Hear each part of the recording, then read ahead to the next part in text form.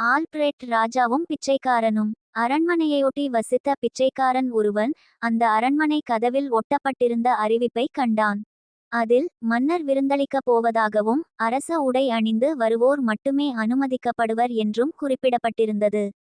பிச்சைக்காரன் தான் அணிந்திருந்த கந்தல் உடைகளை ஒருமுறை ஏற இறங்க பார்த்து கொண்டான்.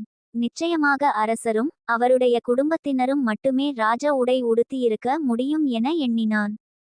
திடீரென அவனுக்குள் ஓர் எண்ணம். அந்த மாதிரி எண்ணுகிற அளவுக்கு தனக்குள் ஏற்பட்ட துணிச்சலை பற்றி யோசித்த போதே அவனுக்குள் நடுக்கம் ஏற்பட்டது. இருந்தாலும் தைரியத்தை வரவழைத்து கொண்டு அரண்மனை வாசலை அடைந்தான். வாயிற்காவலனிடம் ராஜாவை பார்க்க வேண்டும் என்றான். அந்த காவலன் அரசரிடம் அனுமதி வாங்கி வந்தான். உள்ளே வந்த பிச்சைக்காரனிடம், என்னை பார்க்க வேண்டும் என்றாயாமே என்றார் அரசர். ஆமாம், நீங்கள் அளிக்கும் விருந்தில் கலந்து கொள்ள எனக்கும் ஆசை. ஆனால் என்னிடம் ராஜ உடைகள் இல்லை. என்னை அதிக பிரசங்கி என நினைக்காவிட்டால் உங்களது பழைய ஆடையை அளித்து உதவினால் அதனை அணிந்து கொண்டு விருந்துக்கு வருவேன் என்றான் மிகவும் பவ்யமாக. அதே நேரம் மன்னர் என்ன சொல்வாரோ என நடுங்கியபடி அவரையே பார்த்து கொண்டிருந்தான். ஆனால் மன்னர் அவனுக்கு ராஜ உடை ஒன்றை வழங்கினார்.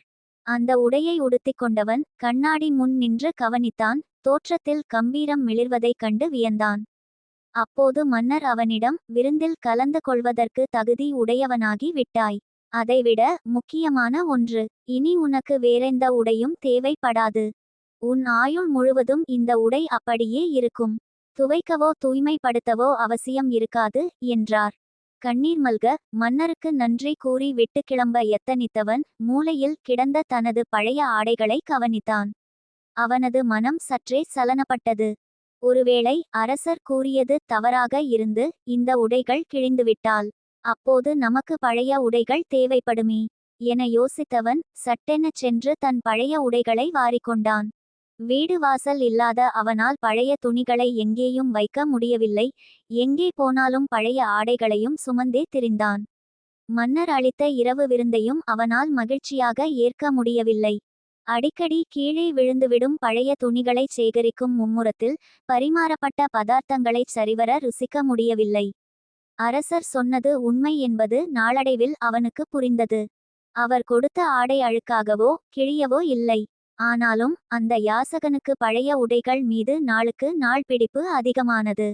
மக்களும் அவனது ராஜ உடையை கவனிக்காமல் அந்த கந்தல் மூட்டையையே பார்த்தனர். அவனை கந்தல் பொதி கிழவன் என்றே அழைத்தனர். இறக்கும் தருணத்தில் இருந்த அவனை பார்க்க அரசர் வந்தார். அவனது தலைமாட்டில் இருந்த கந்தல் மூட்டையை பார்த்து அரசரின் முகம் சோகமாவதை கண்டான். ஆரம்பத்திலேயே அரசர் சொன்ன செய்தி நினைவுக்கு வந்தது. பழைய துணி மூட்டை அவனது வாழ்நாளின் மொத்த மகிழ்ச்சியையுமே பறித்து விட்டது. அந்த யாசகனிடம் மட்டுமல்ல, நம் எல்லோரிடமும் அப்படியொரு மூட்டை இருக்கிறது. அதனுள் விரோதம், கோபம், கவலை, சோகம், பகைமை என பல பெயர்களில் வேண்டாத பொருட்கள் இருக்கின்றன. அவற்றை பாதுகாப்பதிலேயே கவனம் செலுத்துவதால் நமது வாழ்வில் வீசுகின்ற மகிழ்ச்சி தென்றலை நுகர முடியாமல் இருக்கிறோம். நம்முடைய தீராத கோபம் எத்தனை இன்பம் வந்தாலும் அதை ஏற்றுக்கொண்டு ஆனந்தப்பட முடியாமல் செய்துவிடுகிறது. அரண்மனைகளில் கூட இன்றும் பலர் பிச்சைக்காரர்களாகவே வாழ்கின்றனர். அனாதை ஆசிரமங்களில் அரசர்களாக வாழ்வோரும் உண்டு. மனதில் இருக்கிறது மகிழ்ச்சி. வாழ்க்கை தினமும் நமக்கு புது துணிகளை நெய்து தருகிறது. நமக்கோ பழைய துணிகளில் ஒரு நூலை தூக்கி எறியவும் மனமில்லை.